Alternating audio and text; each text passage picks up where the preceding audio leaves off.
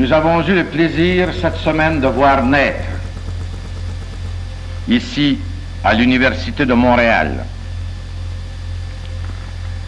l'Association des universités françaises du monde.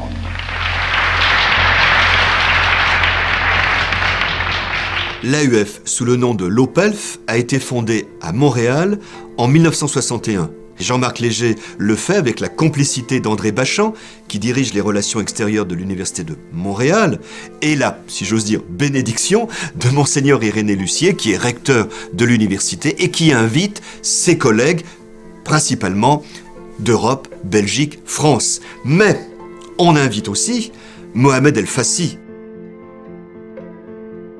Et c'est alors que, je dirais, le miracle s'est produit, en ce sens que le recteur de Rabat, M. Mohamed El Fassi, a dit aux participants, écoutez, nous ne pouvons pas adhérer, nous en tout cas, à une association des universités de langue française, simplement, car nous ne sommes que partiellement de langue française. Et ça a été ce nom, Association des universités entièrement ou partiellement de langue française.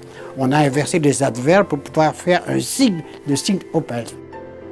Alors, vous voyez déjà l'ouverture de ces francophones vers les cultures qui avaient la langue française comme une des langues importantes, mais pas forcément la seule langue. Ici Charles Emerson qui vous parle de la Sorbonne à Paris, où vient de s'ouvrir l'Assemblée générale de l'OPELF, l'association des universités partiellement ou entièrement de langue française. Séance qui vient de s'ouvrir en présence du ministre de l'Éducation nationale et de nombreux délégués venus des 4 continents. Je vous assure que le spectacle de tous ces recteurs, ces professeurs venus d'Asie, d'Afrique, d'Amérique du Nord, chrétiens, musulmans et laïcs, est réconfortant car il est en quelque sorte l'amorce d'un humanisme qui serait sans frontières. Outre le bureau, le siège qui dès le départ a été fixé à Montréal, le secrétariat général, progressivement, des bureaux sont créés d'abord en Europe, à Paris. Mais l'agence s'implante. On ouvre un bureau à Dakar. Sangor est à l'inauguration. Nous avons créé ce Fonds international de coopération universitaire. C'était la première fois qu'une association d'universités créait un fonds de coopération dans le but de poser des actes concrets de coopération pour le bénéfice surtout de ses membres les plus jeunes dans les pays du Sud. Nous avons accompagné ce développement et nous faisons en sorte que chacun apporte à chacun. On peut dire que l'AUF est unique. Elle est unique puisqu'elle est probablement la plus grande association d'universités au monde.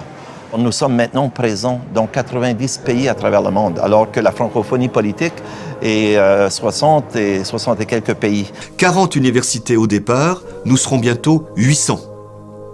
9 bureaux régionaux, bientôt 10.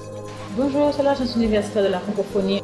Elle est présente physiquement avec un personnel dans au moins 45 pays à travers le monde. L'action de l'agence, c'est concrètement des bourses, des mobilités, des colloques soutenus, des revues et éditées, des filières, des instituts. 44 campus numériques, c'est-à-dire un réseau extrêmement fin, mondial, d'universités dont près de la moitié ne sont pas dans des pays strictement francophones. 50 ans plus tard, on peut constater que les souhaits des fondateurs ont été réalisés au-delà même de leur espérance, c'est ce que me disait Jean-Marc Léger. C'est une magnifique organisation internationale, concrète, pertinente et constamment innovante.